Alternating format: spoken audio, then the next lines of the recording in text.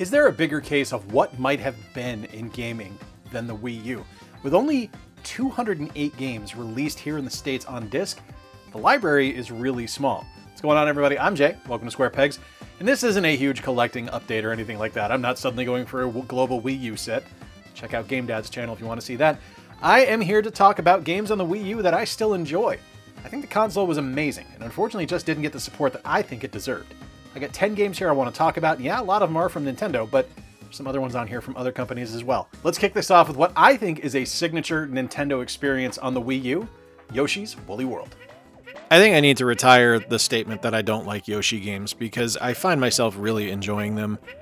I don't like Yoshi, and I really hate the song from Yoshi's Story on the 64, but Yoshi's Woolly World on the Wii U is such a charming, just beautiful game. And this is something where I really think this expresses exactly how good Nintendo is when they get a weird idea. Now, they've shown this throughout their entire history. We had stuff, I mean, just as a core concept, Super Mario Brothers was a weird idea. Like, we had platformers and jumping, like Pitfall was a thing before Mario Brothers came out, or before Super Mario Brothers came out, but to have it in this kind of fantasy setting, you played as a plumber, you were eating mushrooms like Alice in Wonderland, that was kind of wackadoo, that was kind of out there. A game like Star Tropics, where one of the key components for the game was dipping a letter in water, was a weird concept. And taking Yoshi, who is a dinosaur, and turning him into a crocheted character, and having the entire world basically look like it was made out of yarn, was a unique idea.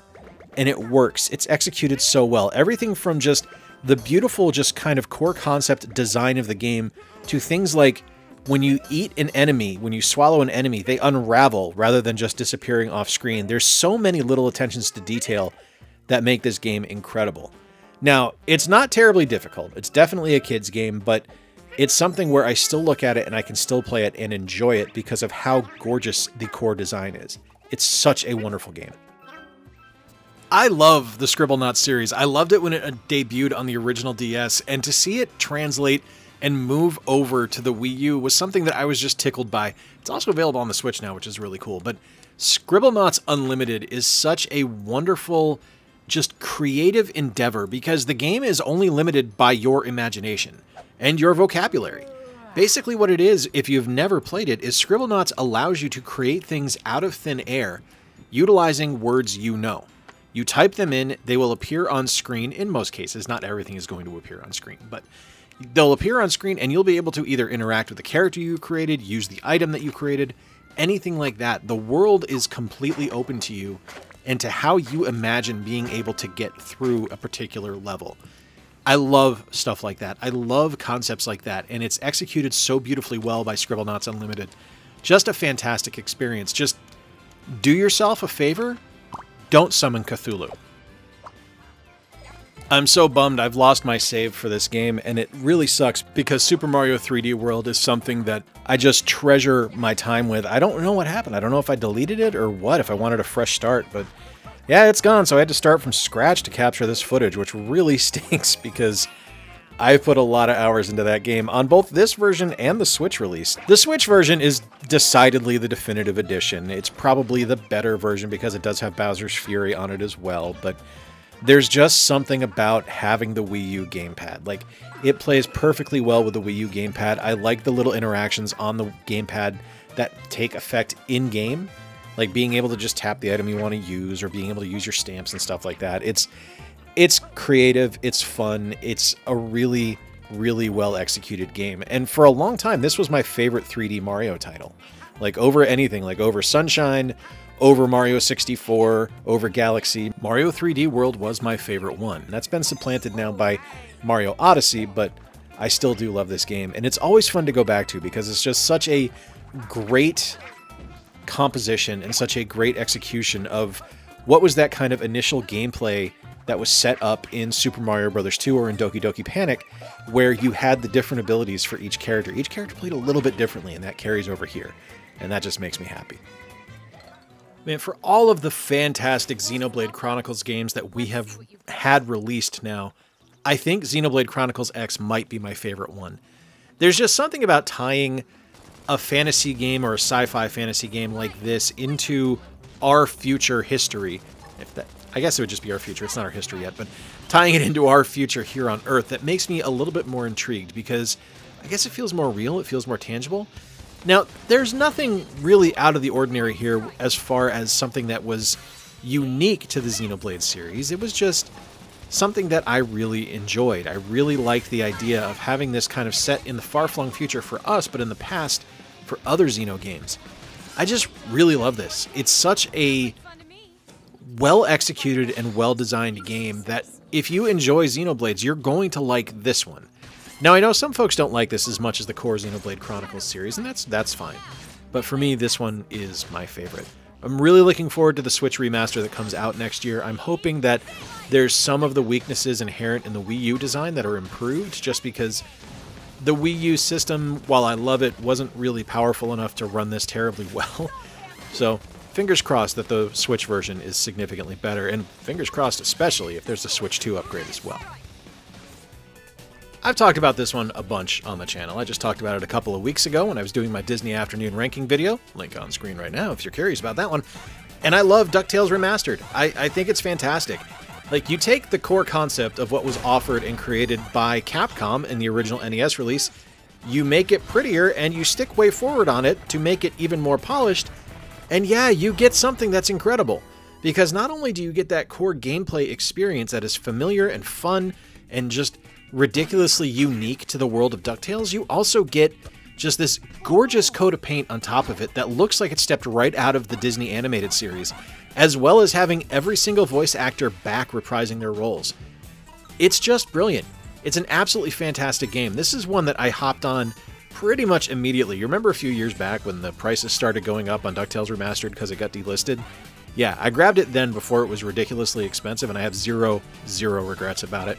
One of my favorite titles. It's available like everywhere. It's on like every single console from that generation as well as Steam, so if you are interested in it, you can find it on whatever you want. I just happen to have it on the Wii U, and I think it's wonderful there. The sequel to Kirby Canvas Curse, Kirby and the Rainbow Curse, is a wonderful entry in a long-running series that, I won't lie, I wasn't always interested in. In fact, I didn't really care about it until Kirby Planet Robobot.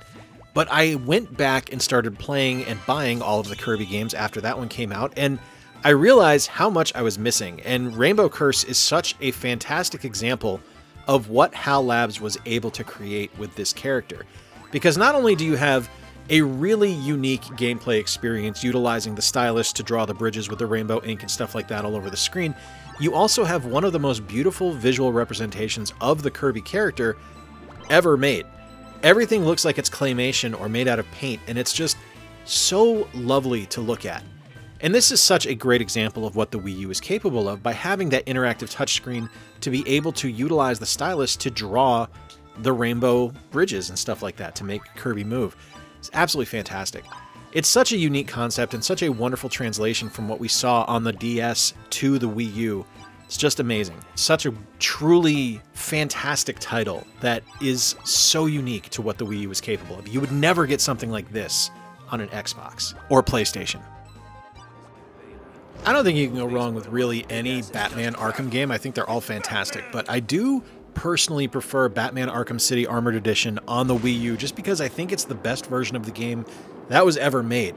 And it's not just because of the fact that it released a little bit later and some of the bugs were worked out and stuff like that. I actually think it's the best version because it makes use of the Wii U gamepad heavily. And I think that's really neat because all like your Bat gadgets are on the pad. And it works. It's fun. It's interesting. It's incredibly immersive. And that's something that really didn't get exercised enough on the Wii U. Nintendo was good about it. Of course Nintendo was good about it. They always are. But most third-party publishers just kind of used it as an inventory screen, which in this case, it is also an inventory screen, but there's also deducting happening on it. There's use of your gadgets. There's descrambling signals for radios. It's really, really awesome. But my favorite aspect of the pad in this game is the fact that all your communications over radio will come out of the pad instead of on your TV speakers to make it even more immersive. It's a fantastic game. It was fantastic when it originally released. It's fantastic here on the Wii U. It is my favorite version of Arkham City. Yeah, there's going to be a lot of Nintendo presents on this one, and one of my favorites on the Wii U is Donkey Kong Country Tropical Freeze. I love the Donkey Kong Country games, even though I am patently terrible at them. I've never been good at them, I never will be good at them, and I don't really care because they're fun. They're beautiful to look at, the sound is always great, they're always a blast to play, and this one is no different. I love the setting of this one, I love the different design aspects that Retrosoft put into this one. It's really a love letter to everything that Rare had done, but by making it their own thing and kind of adding their own unique spin on what Donkey Kong Country could be. They're just fantastic titles, and this one in particular I think is incredibly fun. There's also, of course, the definitive edition that released on the Switch, which is great, and it's fun, and it's fantastic, and if you want to have it portably, it's a great one to have. But for me, I think the Wii U version is probably the best. I do like playing it natively. To be fair, you're not really missing out on anything by playing it on the Switch version. You actually get more stuff because Funky is a playable character on the Switch version, but I just prefer it natively on the Wii U. I don't know what to say. I don't like scary games. I don't like horror games. I don't like being frightened when I play a video game. I don't like being frightened when I watch a movie. I don't like being scared. But I do like Zombie U. I like it because it was such a unique idea and such a well-done usage of the hardware. So this is a game from Ubisoft where it is a zombie apocalypse in London. Of course, that's where they all happen. That's where everything starts, is London. I see you 28 days later. The thing about this one, though, is that it is such a good concept and such a well-executed game because the gameplay is solid. Like, it is just a core concept that works.